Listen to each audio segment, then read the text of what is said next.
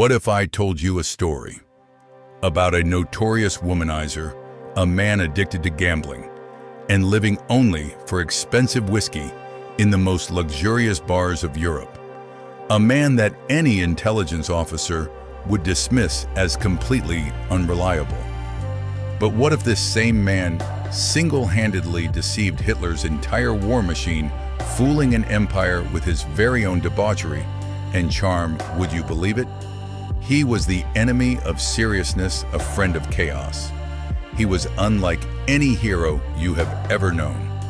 His name was Dusko Popov, and he was a perfect lie. He turned his entire life into a grand performance where his greatest enemy became his most loyal audience. A boy born into chaos. Dusko Popov was born into a wealthy, aristocratic family in Serbia. His life should have been a smooth ride, a straightforward path, high education European schooling, and a secure future laid out before him. But fate was not kind to him.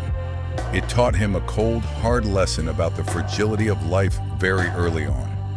The tragic death of his younger brother, a brutal event he witnessed firsthand, struck a devastating blow to young Popov's soul. It was the moment he realized that wealth and peace were just a thin veneer beneath which lay endless uncertainty and chaos. He buried his weakness and fear deep within himself. Instead of breaking, he decided to learn how to survive. He began to live like a gambler, unafraid of risk. He accepted that life always holds unexpected turns, and once he accepted that he was no longer afraid, he learned to enjoy himself, to play within the chaos. He turned himself into a risk-taker, as if to prove that he was still alive, that he could still control the disorder around him. A man born into chaos learns how to play within the chaos. From law student to ally of German intelligence. To complete his law studies, Popov went to Germany. It was there he befriended a man whose name would later become a crucial key to his life, Johnny Jebsen.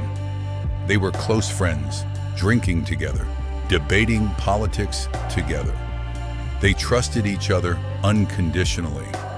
But as Nazism expanded, as the darkness of a totalitarian ideology spread across Europe, their friendship was drawn into an uncontrollable vortex. Jebsen, out of necessity, was forced to join German intelligence. And because Popov was an influential Serbian citizen, a charismatic playboy who could access all levels of society, he caught the eye of the Abwehr, the German intelligence agency. He was inadvertently drawn into that deadly machine and given his first small assignments. At that moment, he stood at a crossroads.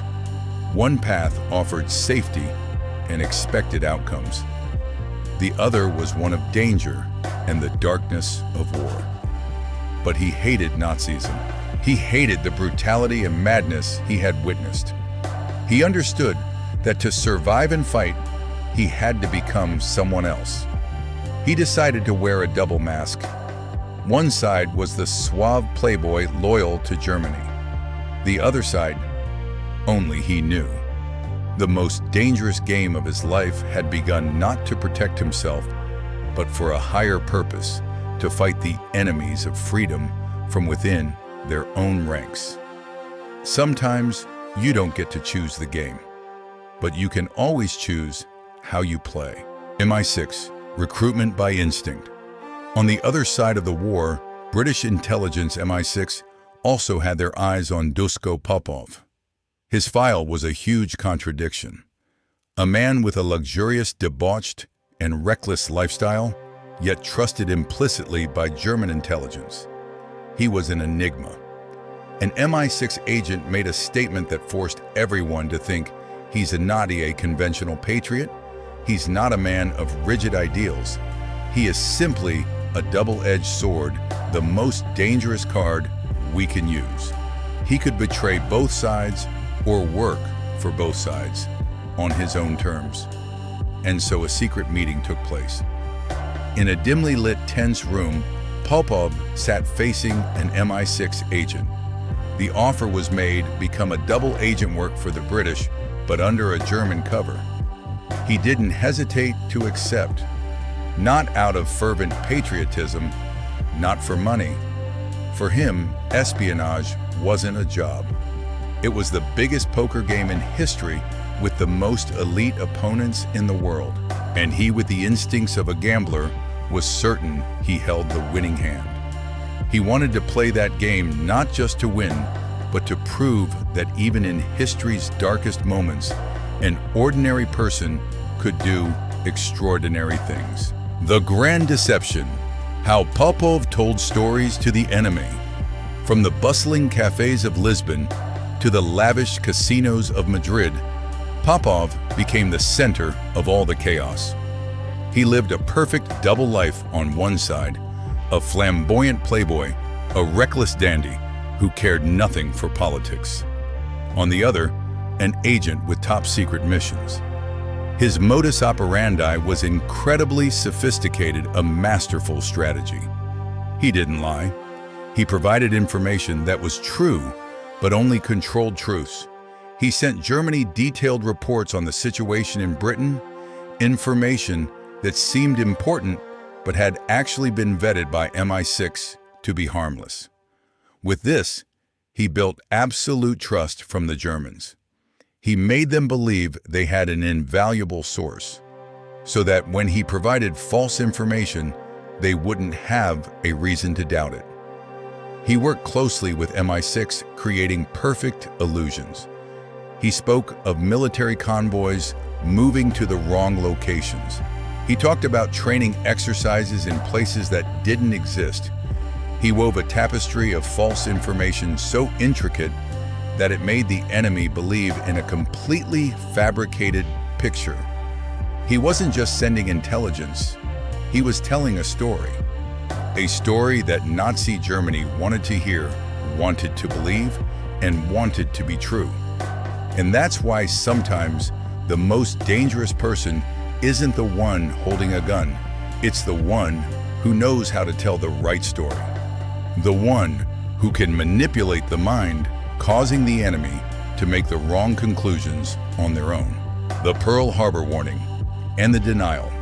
In 1941, Popov received an unusual directive from the Abwehr travel to the U.S. to investigate the naval base at Pearl Harbor and gather information on the facilities and defenses on Oahu. A task that was shockingly detailed, a task from which he immediately understood the true intention. This was a sign that Japan was preparing to attack.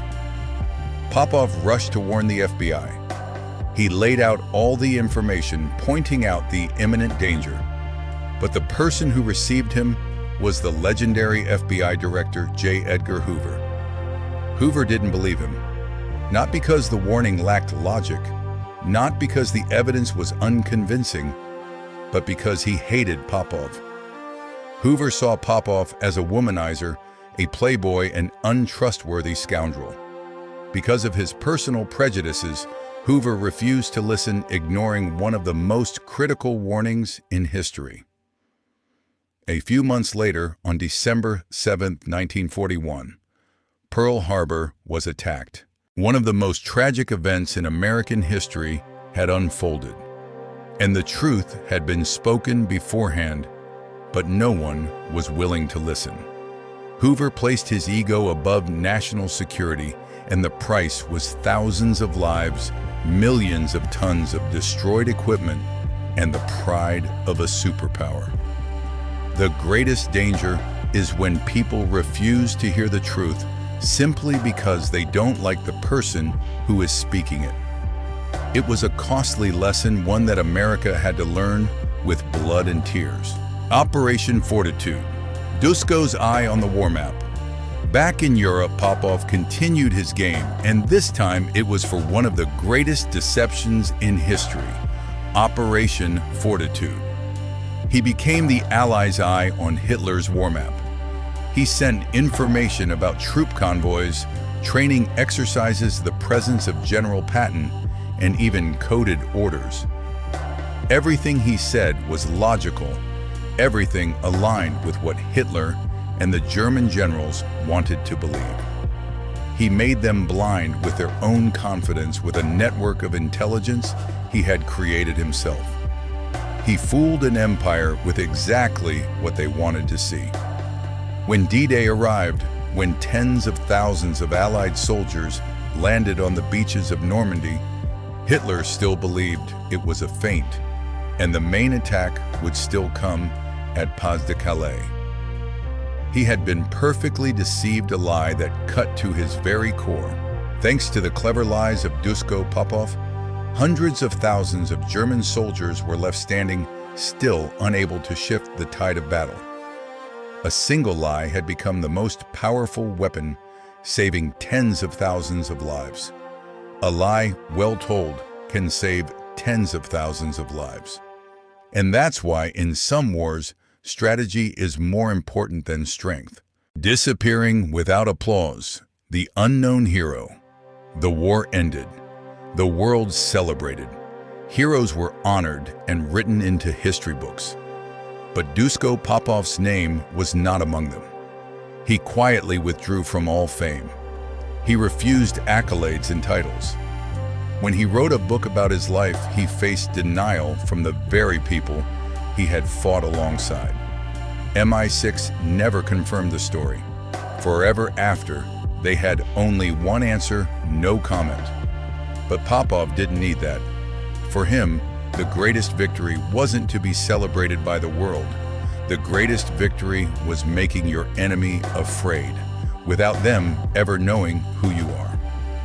He didn't need a medal because he had won his game in the most magnificent way. He didn't need to be in the history books because he had reshaped history itself. He returned to the life of an ordinary man, a playboy, a gambler, a man who loved his whiskey and beautiful women. But deep down, he remained an unknown hero, a man who changed the world with a lie.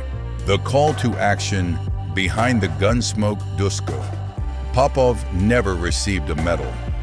He was never written into the history books as a national hero. But without him, tens of thousands of soldiers might have fallen on the beaches of Normandy. And that is why those who act in the shadows deserve to have their stories told. Those who fought not with strength, but with intellect and cunning.